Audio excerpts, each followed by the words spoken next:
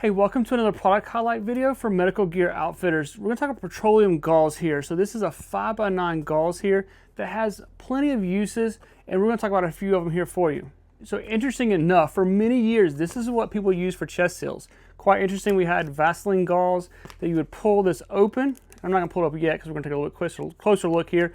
But you pull this open, tape it to the patient's chest, 3 sides, 4 sides. But this is what we used for chest seals for a long time before commercial chest seals became widely available.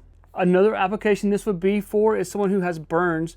We know that burns, we have the initial first aid, but then you have the long term, which you're trying to prevent infection, you're bandaging, you're swapping those bandages out. So this is going to allow us to swap bandages out without it sticking to the wound. So you could apply the Vaseline gauze, apply your dressing, your sterile dressings like that, and this is going to prevent when you go to redress that wound that it doesn't stick to our wound and start tearing it back open and increase our risk of infection. So one of the things you guys talked about in my previous videos where we've done some medical highlights for Medical Gear Outfitters, you want to see it opened up. So here it is. Here's our packaging for our petroleum gauze, and we'll open this up.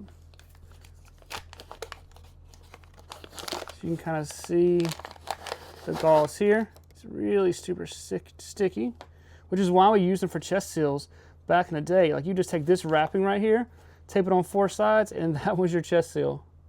So here's our petroleum gauze. Like I said, great for burns.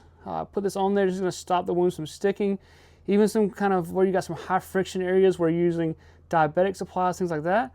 Lots of little first aid uses for this petroleum gauze.